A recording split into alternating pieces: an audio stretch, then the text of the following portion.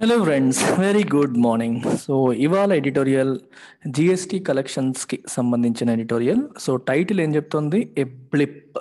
What is the meaning of blip? Blip అంటే a temporary deviation. A temporary and unexpected deviation మనం blip అంటాం. Unexpected deviation is called blip. మీకు example చెప్పాలంటే మనకి electricity example తీసుకోండి. రోజు మీకు ఎలక్ట్రిసిటీ ఏ రోజు కూడా కరెంట్ కోత లేకుండా, పవర్ కట్ లేకుండా రోజు ఉంటుంది. సడన్ గా ఒక రోజు మీకు పవర్ కట్ అయింది అనుకోండి, you can call it A blip. That is temporary, unexpected. అదేది ప్లాన్డ్ కాదు, ఏదో అన్ఎక్స్పెక్టెడ్ గా జరిగింది. మళ్ళీ పవర్ ఉంటుంది. 24 hours పవర్ అనేది మనకి ఎప్పుడు అవైలబుల్ గా ఉంటుంది. Something that happened once in a while, unexpected, temporary deviation, దాన్ని మనం బ్లిప్ అంటాం. ఇక్కడ ఏ సెన్స్ లో వాడారు? జిఎస్టీ కలెక్షన్స్ అనేవి ఆల్మోస్ట్ ఎవ్రీ మంత్ కూడా 1 lakh crore దాటి వస్తున్నాయి. గత కొన్ని నెలలుగా, గత 8 నెలలుగా ఎవ్రీ మంత్ 1 lakh crore పైన జిఎస్టీ కలెక్షన్స్ వస్తున్నాయి. జూలైలో వచ్చేసరికి 1 lakh, జూన్లో 1 lakh crore కాకుండా 93,000 crores వచ్చింది, తగ్గిపోయింది. అందుకే దీన్ని బ్లిప్ అన్నారు. ఇది టెంపరరీయే, జూలై నుంచి మళ్ళీ నార్మల్ అయిపోతుంది అనే సెన్స్ లో ఇలా చెప్తున్నారు అనమాట. ఇట్ ఈస్ టెంపరరీ అనేది ఉద్దేశం. Right. So before we go further, so let me talk about our standard UPSC Infinity course, and we are offering this starting at just 40,000 rupees. This is for UPSC aspirants. It comes with prelims, mains and interview preparation. Except optional, you get everything here. Comes with lifetime validity. You have a special discount of 10%. 5 different payment options ఉన్నాయి. Only recorded 40,000 and live and recorded అయితే 45 వచ్చేస్తుంది upfront పేమెంట్తో. And instalment మోడ్లో కూడా మీకు multiple options అనేవి ఉన్నాయి. ఈ నెంబర్కి మీరు కాల్ చేసి ఫర్దర్ డీటెయిల్స్ అనేవి తెలుసుకోవచ్చు. So let me get started with this. This years restrictions by states have inflicted less economic costs than the 2020 lockdown. 2020లో కూడా లాక్డౌన్ వచ్చింది మనకి. ఈ సంవత్సరం ఫుల్ లాక్డౌన్ కాకుండా రెస్ట్రిక్షన్స్, ఉదయం 6 నుంచి మధ్యాహ్నం 12 వరకే ఉండాలని, ఇలాంటి కొన్ని రెస్ట్రిక్షన్స్ పెట్టారు. లాస్ట్ ఇయర్ లాక్డౌన్తో కంపేర్ చేసుకుంటే ఈ సంవత్సరం రెస్ట్రిక్షన్స్ వల్ల వచ్చిన కాస్ట్లు ఏవైతే ఉన్నాయో, ఎకనామిక్ కాస్ట్లు అంటే ఎకానమీకి జరిగిన నష్టం ఏదైతే ఉందో అదేమో లెస్సా మోరా లెస్. ఇక్కడ లెస్ అనేది కంపారిటివ్ డిగ్రీ, మీకు little, less, least. So less is comparative డిగ్రీలో వాడారనమాట. దెన్ ద 2020 లాక్డౌన్, 2020 లాక్డౌన్ వల్ల వచ్చిన నష్టం కంటే ఈ సంవత్సరం రెస్ట్రిక్షన్స్ వల్ల ఇన్ఫ్లిక్ట్ అంటే డ్యామేజ్ చేయబడ్డ నష్టం ఏదైతే ఉందో, డ్యామేజెస్ వల్ల వచ్చే నష్టం ఏదైతే ఉందో అది తక్కువ అని అంటున్నారు. Entering it's 5th year, India's goods and services taxes system, GST system, reported a blip in revenue collections for June, breaking an 8-month streak of over 1 lakh crore in tax receipts. 8-month streak అంటే meaning ఏంటంటే a short period of a good or bad activity, short and continuous. For example మీకు బాగా గుర్తున్న example చెప్తాను నేను. Australian cricket team Steve వా సారథ్యంలో వరుసగా 16 టెస్ట్ మ్యాచ్లు గెలిచింది. 16 టెస్ట్ మ్యాచ్లు గెలిచి 17వ టెస్ట్ మ్యాచ్ ఈడెన్ గార్డెన్స్లో కోల్కతాలో ఇండియాకి మరియు ఆస్ట్రేలియాకి మధ్యలో షెడ్యూల్ చేయబడింది అనమాట. సో అది కూడా గెలిస్తే వాళ్ళు 17 మ్యాచ్లు గెలిచిన వాళ్ళు అయ్యేవాళ్ళు. So they were on a winnowing streak of 16 test matches. ఒక షార్ట్ పీరియడ్ విన్నింగ్ స్ట్రీక్లో ఉన్నారు, వరుసగా గెలుపు బాటలో ఉన్నారు. అలాగే లూజింగ్ స్ట్రీక్ అంటారు. వరుస పెట్టి ఓడిపోతున్నాం అనుకోండి, అప్పుడు యూఆర్ అనే లూజింగ్ స్ట్రీక్. అంటే వరుసగా ఇది చూడండి, ఒక టీమ్ పర్ఫార్మెన్స్ తీసుకుంటే win win win win win win win ఇలా రాశారనుకోండి, సో దేవర్ అనే విన్నింగ్ స్ట్రీక్. ఈ పీరియడ్ అంతా విన్నింగ్ స్ట్రీక్లో ఉన్నట్టు. ఇలా వరుసగా ఓడిపోయారు అనుకోండి, మళ్ళీ గెలిచారు, అండ్ ఇది మీకు losing streak. A short period of an activity, అది గుడ్ కావచ్చు, బ్యాడ్ కావచ్చు.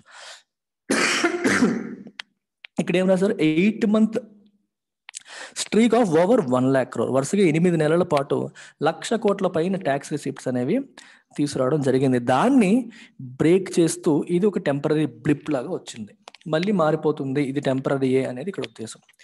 GST revenues tanked to a tad less than 93,000 crore last month. GST revenues tank అంటే పడిపోయాయి, బాగా పడిపోయాయి అని చెప్పడానికి మనం ఏమంటాం, tank. They were tanked to a tad less than 93,000 crore. Almost 93,000 crore కంటే కొంచెం తక్కువకి పడిపోయాయి. అండ్ ఇదంతా it is the lowest in 10 months.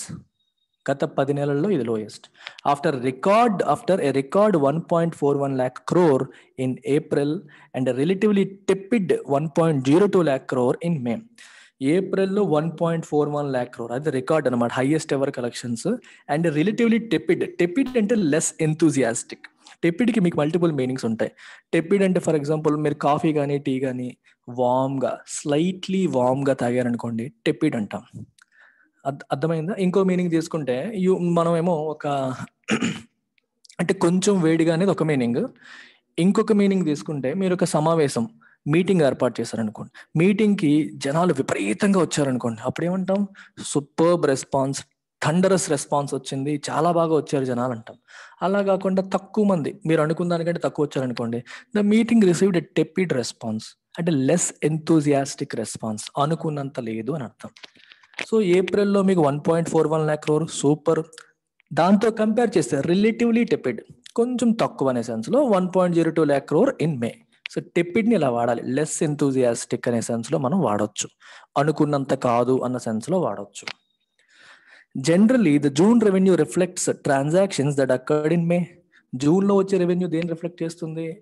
మేలో జరిగిన ట్రాన్సాక్షన్స్. ఎందుకంటే మేలో కంపెనీస్ ఏవైతే జిఎస్టీని కలెక్ట్ చేస్తూ ఉంటాయో వాళ్ళు చేసిన సేల్స్ పైన, వాటిని జూన్లో గవర్నమెంట్కి పేమెంట్ చేస్తారు. సో జూన్లో వచ్చిన పేమెంట్స్ అన్ని కూడా మేలో జరిగిన ట్రాన్సాక్షన్ రిఫ్లెక్ట్ చేస్తాయి.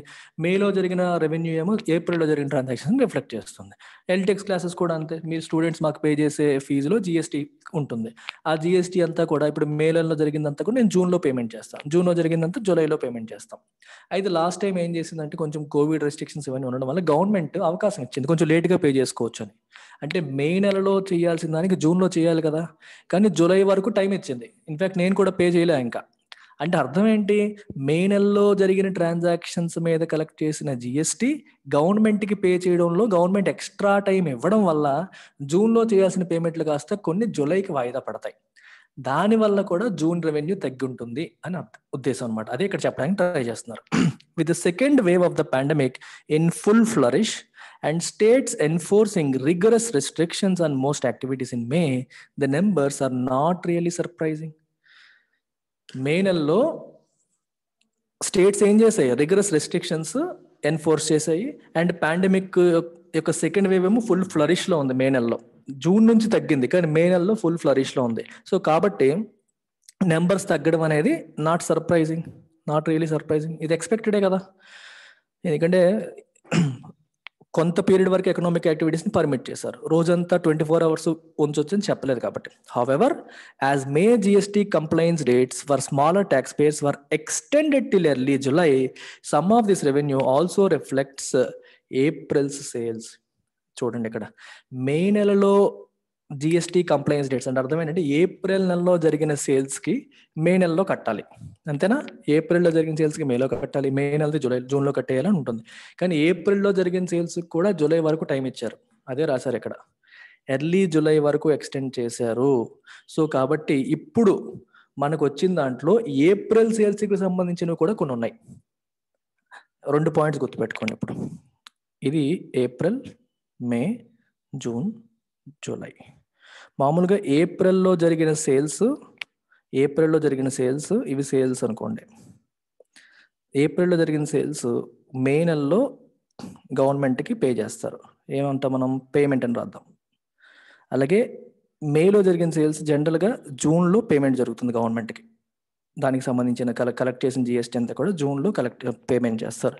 అలాగే జూన్లో జరిగిన జనరల్గా జూలైలో పేమెంట్ జరిగిపోతుంది.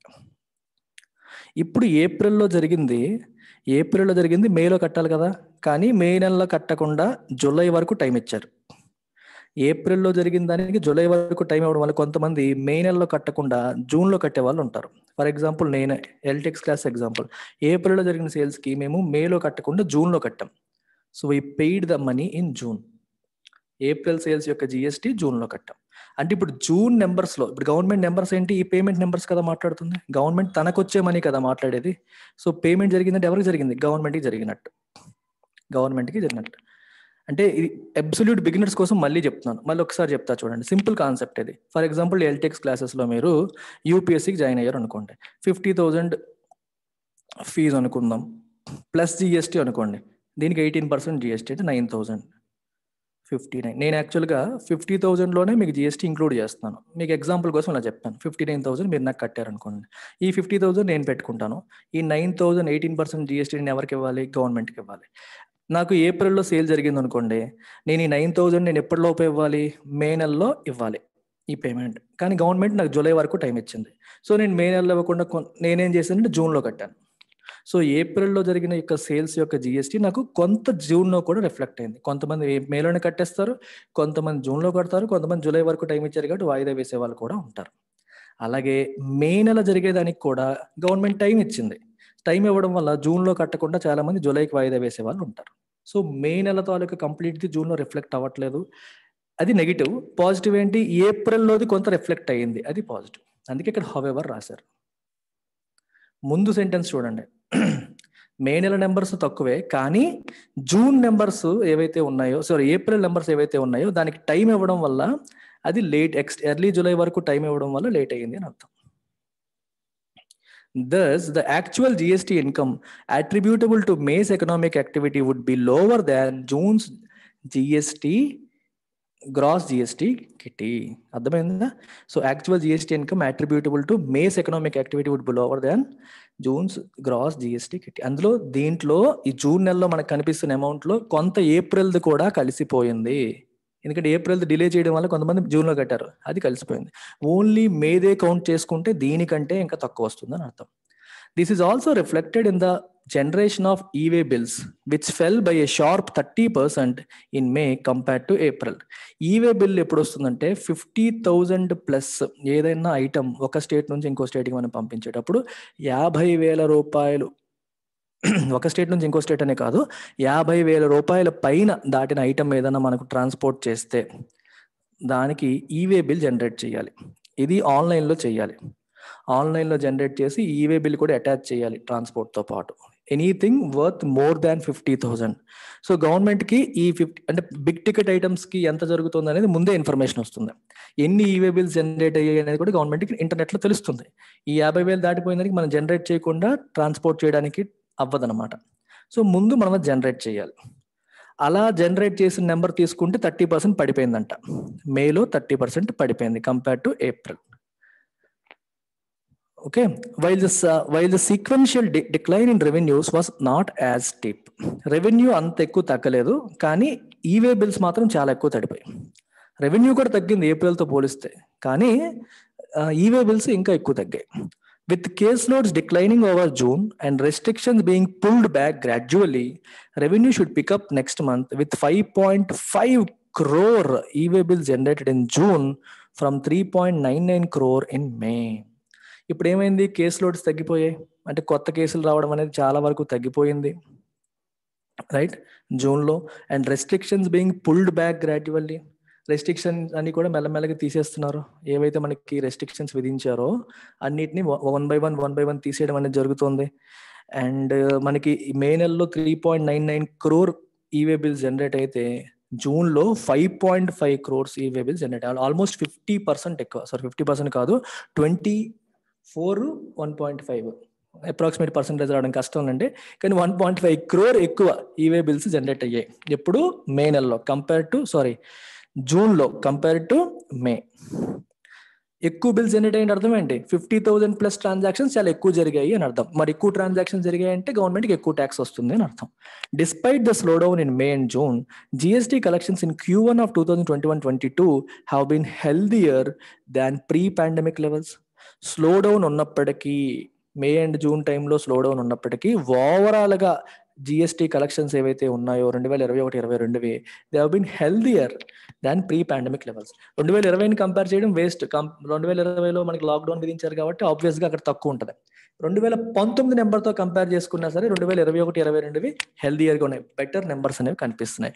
Confirming that this years restrictions driven by sales have inflicted less economic cost. So కాబట్టి ఈ సంవత్సరం ఈ రెస్ట్రిక్షన్స్ వల్ల వచ్చిన ఎకనామిక్ కాస్ట్ అనేది తక్కువ compare to what it was last year when it was due to lockdown వల్ల వచ్చిన దానికంటే ఈ సంవత్సరం రెస్ట్రిక్షన్స్ వల్ల వచ్చిన నష్టం అనేది తక్కువ ఉంది than the national lockdown at a few hours notice in 2020.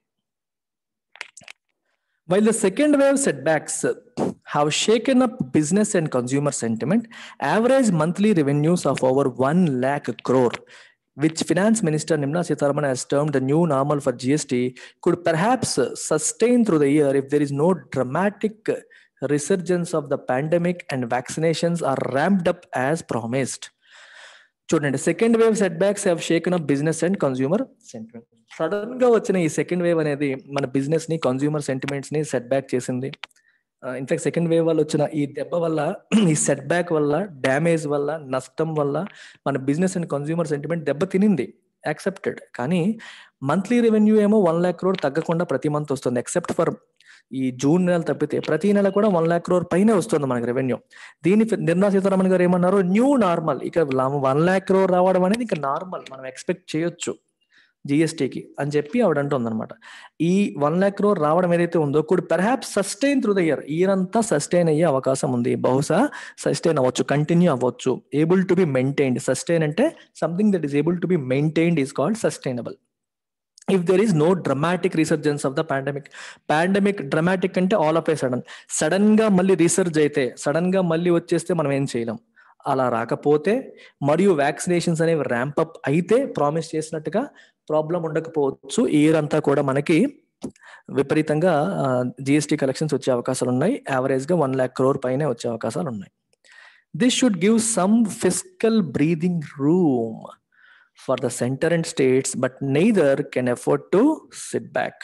ఇలా జిఎస్టీ రెవెన్యూస్ బాగా రావడం అనేది అటు సెంటర్ కి మరియు స్టేట్స్ కి ఫిస్కల్ బ్రీదింగ్ రూమ్, ఫిస్కల్ అంటే ఫినాన్షియల్, బ్రీదింగ్ రూమ్ అంటే ఊపిరి పీల్చుకోవడానికి కొంత స్పేస్ దొరుకుతుంది. ఇక్కడ ఊపిరి పీల్చుకోవడం అని కాదు ఉద్దేశం, మనీ ఉంటేనే కదా మనం ఏదన్నా చేస్తాం. గవర్నమెంట్ వెల్ఫేర్ స్కీమ్స్ చేయాలన్నా, వ్యాక్సినేషన్ డోసులు పెంచాలన్నా, క్యాపిటల్ డెవలప్మెంట్ యాక్టివిటీస్ చేయాలన్నా, ఏమి చేయాలన్నా డబ్బులు కావాలి.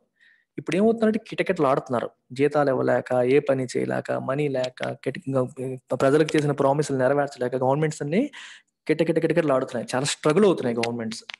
సో ఇలాంటప్పుడు ఆ స్ట్రగుల్ నుంచి గవర్నమెంట్స్ బయటపడాలి అంటే రెవెన్యూ పెరగాలి.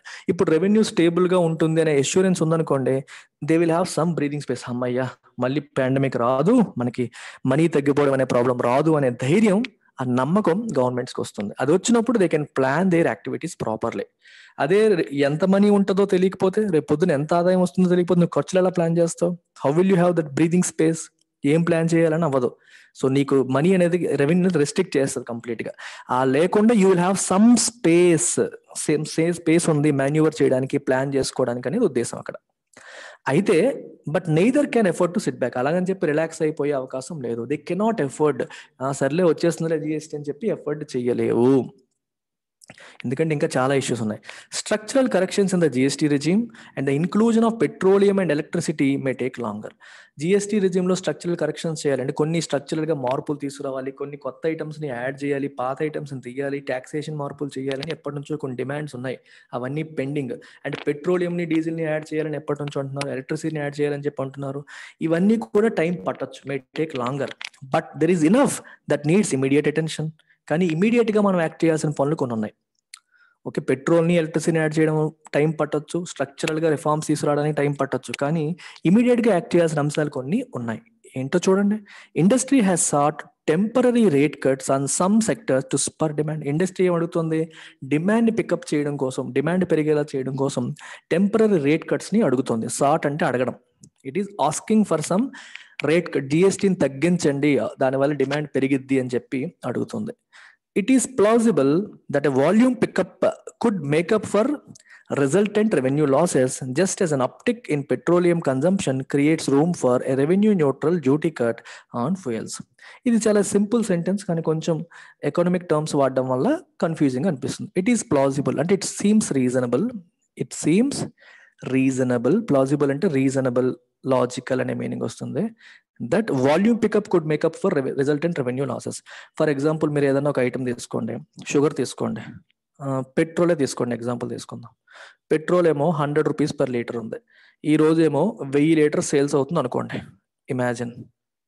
సో మనకి ఎంత వచ్చినట్టు, ₹1,00,000 రెవెన్యూ వచ్చినట్టు. ఓవరాల్ గా మొత్తం అమౌంట్ ఎంత అయింది, ₹1,00,000 అయింది. పెట్రోల్ రేటు తగ్గించారనుకోండి 80 రూపీస్కి. అరే రేట్ తగ్గింది కదా అని చెప్పి కన్జంప్షన్ పెరిగింది అనుకోండి 125కి. ఓకే, అర్థమైందా? కన్జంప్షన్ పెరిగింది అనుకోండి, again you will have 1,00,000 rupees. 125 into 80 ఎంత, 1,00,000. 100 into 1000 ఎంత, 1,00,000. 100,000.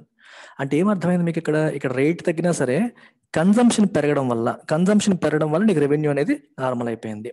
ఇక్కడ ఏమంటున్నారు, ట్యాక్సులు తగ్గించండి అంటున్నారు. ట్యాక్సులు తగ్గించినప్పుడు మనం ఏమనుకుంటాం, రెవెన్యూ లాస్ అవుతుంది అనుకుంటాం. కానీ వాల్యూమ్ పికప్ అయితే, అంటే ఐటమ్ సేల్ పెరిగింది అనుకోండి, అప్పుడు నీకు ట్యాక్స్ తగ్గినా సరే ఇందాక ఇచ్చిన లెక్క ప్రకారమే ట్యాక్స్ అమౌంట్ తగ్గినా నెంబర్ ఆఫ్ ట్యాక్స్ పేయర్స్ పెరుగుతారు. In the sense number of items on which tax is levied అనేది పెరుగుతుంది. ఇంతకుముందు 100 ఐటమ్స్ మీద ట్యాక్స్ పడింది, ఇప్పుడేమో 125 ఐటమ్స్ మీద ట్యాక్స్ పడింది. సో నీకు నెంబర్ ఎప్పుడైతే పెరిగిందో నీ గవర్నమెంట్కి వచ్చే రెవెన్యూలో ఇబ్బంది రాదు. అందుకే రాశారు temporary rate cuts on some sectors అనేవి నష్టం జరగకపోవచ్చు, ఎందుకంటే volume pickup could make up for resultant revenue losses ని వాల్యూమ్ పికప్ ఏమో మేకప్ చేసే అవకాశం ఉంటుంది, దాన్ని భర్తీ చేసే అవకాశం ఉంటుంది అని అర్థం. Just as an uptick in petrol consumption creates room for a revenue neutral duty cut on fuels.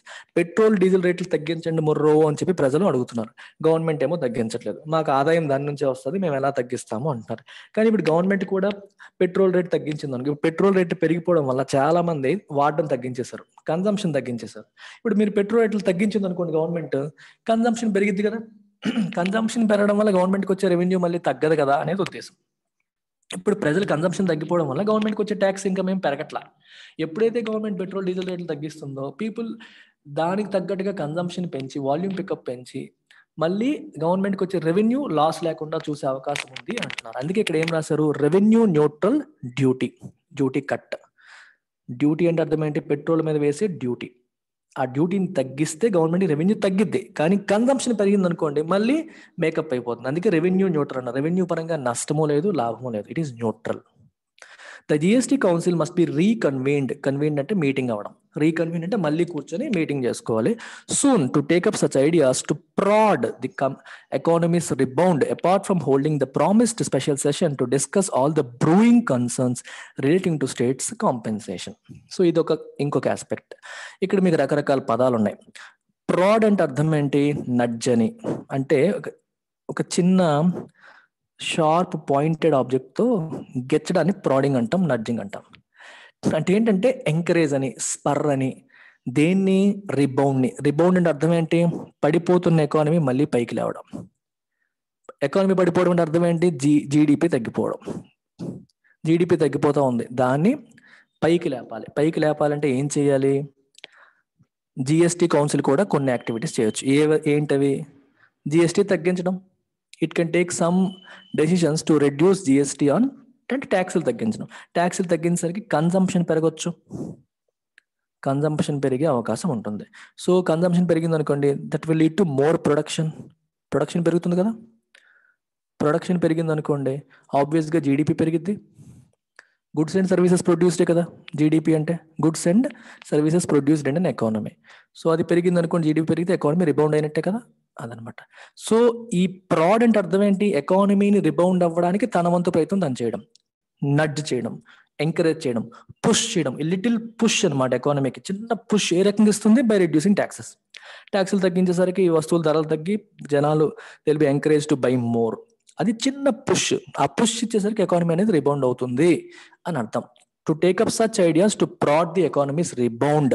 ఇంకా ఏంటి, apart from holding promised special session to discuss all the brewing concerns. Brewing అంటే అర్థం ఏంటి, మరుగుతున్న. బ్రూ అంటే మరుగుతున్న అంటాం, అంటే మరుగుతున్న ఏవైతే ప్రెసెంట్ ఇబ్బందికరమైన అంశాలు ఉన్నాయో అవన్నిటిని మనం ఏమంటాం, బ్రూయింగ్ ఇష్యూస్ అని చెప్పి అంటాం. మనం issues which are currently burning issues లాగా, బ్రూయింగ్ ఇష్యూస్ లాగా ఆ సెన్స్ లో మనం చెప్పొచ్చు. ఫామ్ అవుతున్నా అనే ఉద్దేశం అంట. Concerns related to states compensation. స్టేట్స్కి కాంపెన్సేషన్ ఇస్తానని చెప్పి సెంట్రల్ గవర్నమెంట్ ప్రామిస్ చేసింది. ఎప్పుడు ప్రామిస్ చేసింది? జిఎస్టీ రిజిమ్ వచ్చింది 2015లో. జిఎస్టీ రాకముందు వ్యాట్ సిస్టమ్ ఉండేది. వ్యాట్ సిస్టమ్ ఉండేటప్పుడు స్టేట్ గవర్నమెంట్ వాళ్ళ ఐటమ్స్ మీద వాళ్ళు ట్యాక్స్లు వేసుకునే వాళ్ళు, సెంట్రల్ గవర్నమెంట్ వాళ్ళకి సంబంధించిన అంశాలపైన వాళ్ళు ట్యాక్స్లు వేసుకునే వాళ్ళు. ఎప్పుడైతే జిఎస్టీ తీసుకొచ్చారో వన్ నేషన్ వన్ ట్యాక్స్ అయింది. అది స్టేట్ ఐటమా సెంటర్ ఐటమా లేదు. మామూలుగా అయితే స్టేట్ లిస్ట్ సెంట్రల్ లిస్ట్ అని సెపరేట్గా ఉంటాయి. స్టేట్ లిస్ట్లో ఉన్న అంశాలపైన స్టేట్ గవర్నమెంట్ ట్యాక్స్లు వేస్తాయి, సెంట్రల్ లిస్ట్లో ఉన్న అంశాలపైన సెంట్రల్ గవర్నమెంట్ ట్యాక్స్లు వేస్తుంది, ఎవరి ట్యాక్స్లు తీసుకునేవాళ్ళు. ఇప్పుడు డబుల్ ట్యాక్సేషన్ అయిపోతుందని చెప్పి వన్ నేషన్ వన్ ట్యాక్స్ అని ఏం చేస్తారంటే అది ఐటమ్ బట్టి ట్యాక్స్ వేస్తాం తప్పితే అది స్టేట్ లిస్టా సెంట్రల్ లిస్టా అని కాకుండా డివైడ్ చేశారు. సో డిఫరెంట్ సెగ్మెంట్ కింద డివైడ్ చేసి ప్రతి దానిపైన జిఎస్టీ అని చెప్పారు. జిఎస్టీలో మళ్ళీ సిజిఎస్టీ, ఎస్జిఎస్టీ అని చెప్పి మార్చారు. ఈ సిజిఎస్టీ కాంపోనెంట్ ఏమో సెంట్రల్ గవర్నమెంట్ తీసుకుంటుంది, ఎస్జిఎస్టీ కాంపోనెంట్ ఏమో స్టేట్ గవర్నమెంట్ తీసుకుంటుంది. ఇప్పుడు ఈ కొత్త సిస్టమ్ వల్ల స్టేట్స్కి నష్టం వచ్చే అవకాశం కూడా ఉంది. ఇంతకుముందు వాళ్ళకి నచ్చినట్టుగా వాళ్ళు వ్యాట్ పెట్టుకునేవాళ్ళు, 20%, 30%, 18% వాళ్ళ ఇష్టం. ఇప్పుడు ఆ ఫ్లెక్సిబిలిటీ పోయింది. ఆ నిర్ణయాలు ఎవరు తీసుకుంటున్నారు? జిఎస్టీ కౌన్సిల్ తీసుకుంటుంది. జిఎస్టీ కౌన్సిల్ డిసైడ్స్ ఎంత ట్యాక్స్ వేయాలి అని. మరి జిఎస్టీ కౌన్సిల్ తీసుకున్న నిర్ణయాల వల్ల స్టేట్స్కి ఇంతకు ముందు వచ్చిన ఆదాయం కంటే తక్కువ ఆదాయం వచ్చింది అనుకోండి, వాటికి ఏమొస్తుంది? లాస్ వస్తుంది. అది కొత్త సిస్టమ్ తీసుకురావడం వల్ల పాత సిస్టమ్తో కంపేర్ చేస్తే లాస్ వచ్చే అవకాశాలు ఉంటాయి. మరి లాస్ వచ్చేటప్పుడు మేము ఎందుకు ఒప్పుకోవాలని చెప్పి స్టేట్స్ ఫైట్ చేస్తాయి. అందుకని ఇప్పుడు సెంటర్ ఏం చెప్పిందంటే మీకు ఎంత లాస్ వస్తే అంత నేను కాంపెన్సేట్ చేస్తాను అని చెప్పింది. అంటే మీకు 2014-15లో లెటస్ సే 100 కోట్లు మీకు ఆదాయం వచ్చింది అనుకోండి, ప్రతి సంవత్సరం 14% పెరుగుతుంది అని చెప్పి ఎస్టిమేషన్ వేసుకోండి. 100, నెక్స్ట్ మంత్ 114, నెక్స్ట్ ఇయర్ 114, ఆ తర్వాత దానికి 14%, ఆ తర్వాత దానికి 14%. ఇది మీరు వేసుకోండి.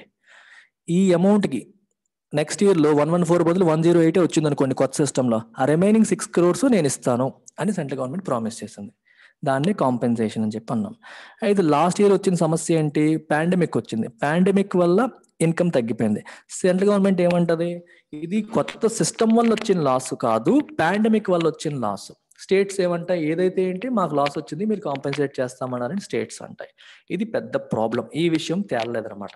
చివరికి సెంట్రల్ గవర్నమెంట్కి స్టేట్ గవర్నమెంట్స్కి గొడవలు అయ్యి మల్టిపుల్ టైమ్స్ డిస్కషన్స్ అయ్యి ఒకరినొకళ్ళు విమర్శించుకుంటూ చివరికి ఏం తేల్చారంటే సరే మీకు ఎంతైతే లాస్ వచ్చిందో అంత అమౌంట్ నేను అప్పు తీసుకుంటాను, మీకు అప్పు ఇస్తానని చెప్పింది. అర్థమైందా? అప్పు రూపంలో ఇస్తాను అని చెప్పింది తప్పితే ఫ్రీగా ఇస్తానని చెప్పి సెంట్రల్ గవర్నమెంట్ అన్నారు. అయితే ఆ విషయాలు కూడా ఇంకా పూర్తిగా తేల్చలేదు. దానికి సంబంధించిన అంశాలను డిస్కస్ చేయడం కోసం ఒక స్పెషల్ సెషన్ పెడతానని చెప్పి ప్రామిస్ చేశారు. ఆ సెషన్ ఇంకా జరగలేదు. అది కూడా జరగాలి ఇమీడియట్ గా అని రాశారు. Holding the promised special session అంటే మీనింగ్ అదే. Delaying this will not only foster greater misgivings between the center and the states, but also make it tough for states to plan their borrowings for the rest of the year. ఇది ఇంకా delay చేయడం వల్ల states కి centre కి మధ్యలోనే మిస్గివింగ్స్ అంటే అపనమ్మకాలు, apprehensions, అనుమానాలు, ఇప్పటికే స్టేట్స్ కి సెంటర్ మీద నమ్మకం అనేది చాలా వరకు పోయింది. అవి ఇంకా ఫాస్టర్ అంటే ఫోమెంట్ ఇంకా పెద్దవయ్యే అవకాశాలు ఉంటాయి. ఇంకా ఈ అపనమ్మకాలు పెరిగే ఛాన్సెస్ ఉంటాయి. ఇంకా సెంట్రల్ గవర్నమెంట్ డిలే చేస్తూ ఉంటే ఇంకా పెరిగిపోయే అవకాశాలు ఉంటాయి. దాంతో పాటు also make it tough for states to plan their borrowings. State governments కూడా వాళ్ళ బారోయింగ్స్ ని ప్లాన్ చేసుకోవడం for the rest of the year కష్టం అవుతుంది. ఎందుకంటే సెంట్రల్ గవర్నమెంట్ మాకు ఎంత కాంపెన్సేషన్ ఇస్తుంది అనే విషయం స్టేట్స్ కి తెలిస్తే దానికి తగ్గట్టు ఇంకా మిగిలిన అవసరాలకి బారోయింగ్ ప్లాన్ చేసుకుంటాం. ఎంత ఇస్తుందో తెలియకపోతే, ఎప్పుడు ఇస్తుందో తెలియకపోతే ప్లానింగ్ ఎలా చేస్తారు? అది problem. Clarity is also needed urgently on when this 1.58 lakh crore of back-to-back borrowings for states in lieu of compensation dues will begin. వీళ్ళకి అవసరమైన ఇన్ లియూ ఆఫ్ అంటే ఇన్స్టెడ్ ఆఫ్ అని, దాని బదులు కాంపెన్సేషన్ బదులు సెంట్రల్ గవర్నమెంట్ ఏం చెప్పిందంటే మీకు బ్యాక్ టు బ్యాక్ బారోయింగ్స్ చేసుకోవచ్చు అంటే central government will borrow on behalf of states తరపున సెంట్రల్ గవర్నమెంట్ బారో చేసి దాన్ని ఇమీడియట్ గా స్టేట్స్ కి లోన్ రూపంలో ఇస్తుంది. అర్థమైందా? ఇది సెంట్రల్ గవర్నమెంట్, ఇవి state governments. State governments borrow చేయకుండా సెంట్రల్ గవర్నమెంట్ బారో చేస్తుంది మనీ. బారో చేయడం అంటే ఏంటి? బాండ్స్ ఇష్యూ చేయడం. బాండ్స్ కానీ ఇలాంటివి ఏమైనా ఇష్యూ చేసినప్పుడు పీపుల్ విల్ బై కదా, కొంటారు. ఇలాగ వచ్చిన మనీని సెంట్రల్ గవర్నమెంట్ స్టేట్ గవర్నమెంట్కి లోన్ రూపంలో ఇస్తుంది. అదనమాట కదా. సో ఆ బ్యాక్ టు బ్యాక్ బారోయింగ్స్ చేసి ఇస్తానని చెప్పి మాట ఇచ్చింది, కానీ ఇప్పటి వరకు ఎక్కువ పని అవ్వలేదు. If the centre plans to raise 5,000 crores a week, వారానికి 5,000 కోట్లు మాత్రమే సమీకరించాలి అని అనుకుంటే, రైజ్ అంటే సమీకరించడం, like it did last year లాగా, ఇట్ విల్ టేక్ రఫ్లీ 32 weeks to complete such borrowings. ఈ బారోయింగ్స్ కంప్లీట్ అయ్యేసరికి 32 weeks, అంటే 1 year, ఆల్మోస్ట్ 1 year కాదు కానీ 6 months దాటిపోతుంది. So any delay beyond early August may not be viable. So ఆగస్ట్కి మించి డిలే ఉండడం వయబుల్ కాదు, అంటే ఫీజిబుల్ కాదు, ప్రాక్టికల్ కాదు అని అర్థం. It is not feasible, it is not practical to delay it beyond early August. So do it quickly అనేది దీని యొక్క ఉద్దేశం. That's it. Take care. By.